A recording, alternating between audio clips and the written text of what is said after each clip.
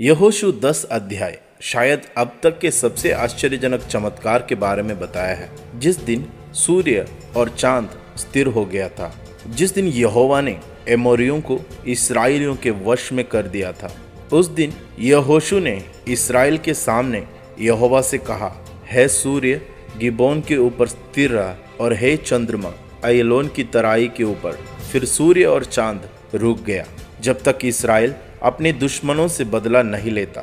सूरज आकाश के बीच में रुक गया और लगभग पूरे एक दिन तक ढलने में देरी हुई।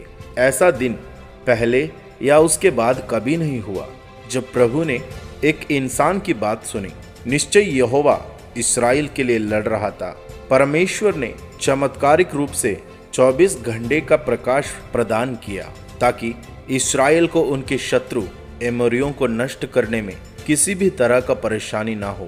इस घटना को लेकर तरह तरह के स्पष्टीकरण दिए गए हैं। कुछ लोग इस घटना को एक स्थानीय चमत्कार का सुझाव देते हैं, जिसमें परमेश्वर ने सिर्फ प्रकाश को गिबोन में रहने दिया। ठीक उसी तरह जब निर्गमन 10 अध्याय में इब्रानियों के पास तब भी प्रकाश था जब मिस्र के लोग अंधेरे में रहते थे। हालांकि इस घटना एक वास्तविक परिवर्तन का संकेत देता है, क्योंकि ये कहता है कि सूर्य अस्त नहीं हुआ था। और दूसरा तर्क इस प्रकार का है कि वे कहते हैं कि वचन की भाषा काव्यात्मक है और इसलिए इसे शाब्दिक रूप से नहीं लिया जाना चाहिए। मगर पाठ करने वाले को कैसे पता चलेगा कि यह घटना अलंकारिक है और अन्य घटनाएं नहीं है? अलंकारिक व्याख्याओं को बाइबल के कठिन अंशों पर लागू करना वास्तव में कठिनाइयों को और कठिन बना देता है। एक अन्य तर्क इस प्रकार है कि यह घटना को एक एक्लिप्स यानी ग्रहण के रूप में समझने का प्रयास किया है, जिसने एक लंबे दिन की उपस्थिति दी जिसमें सूर्य अस्त नहीं हुआ।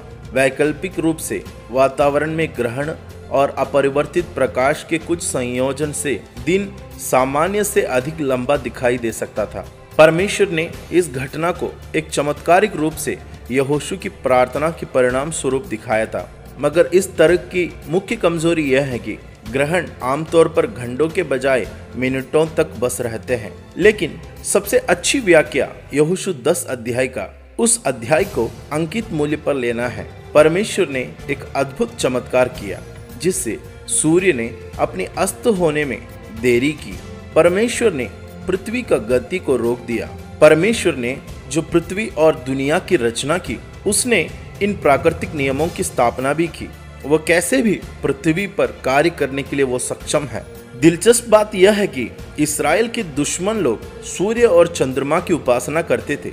एमोरियों ने अपने देवता से उनके सहायता के लिए विनती किए होंगे, मगर उनको यह पता चला कि वे शक्तिहीन थे, क्योंकि इस्राएल के परमेश्वर ने अपने लोगों को विजय प्रदान करने के लिए स्वर्ग और पृथ्वी को स्थानांतरित कर दिया था। यहोशू ने चमत्कार का वर्णन वैसे ही किया है जैसे हम इसका वर्णन कर सकते हैं, जबकि हम पूरी तरह से यह नहीं समझ सकते हैं कि यह लंबा दिन कैसे हुआ। एक चमत्कार को वैज्ञानिक रूप से सिद्ध करने की आवश्यकता नहीं है, बस स्वीकार किया जाता है।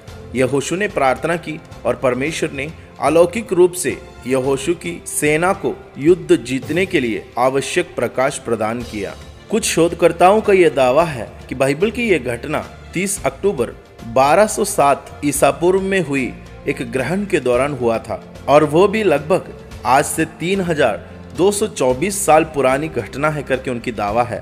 और इस बात को 1970 में खुलासा किया गया था। कई अखबारों में इस प्रकार लिख के आया था कि कंप्यूटर फाइंड्स जोशुआस लॉन्ग डे। और उस समय के वैज्ञानिक लोगों की यह कहना था कि कंप्यूटर ने एक ऐसा दिन को पाया जो इतिहास में गायब थे।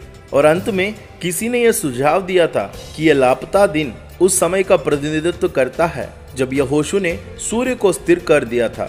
लेकिन कंप्यूटर ने संकेत दिया था कि यहोशू के दिनों में जो बीता हुआ समय था वो 23 घंटे और 20 मिनट था, पूरे दिन नहीं। लेकिन अभी भी 40 मिनट का समय था जिसका हिसाब लगाया जाना था। तब किसी ने यह याद दिलाते हुए कहा कि वो गायब 40 मिनट यशायाह नबी ने हिजकिय्याह राजा को प्रभावित करने के लिए सूर्य की छाया को 10 डिग्री पीछे कर दिया था, और 10 डिग्री ठीक 40 मिनट है। लेकिन प्रियो, बाद के खोज पड़ताल में इस विषय से जुड़ी अधिक सबूतें ना प्राप्त होने के कारण साइंटिस्ट लोगों ने इस दावा को गलत स्थापित किया था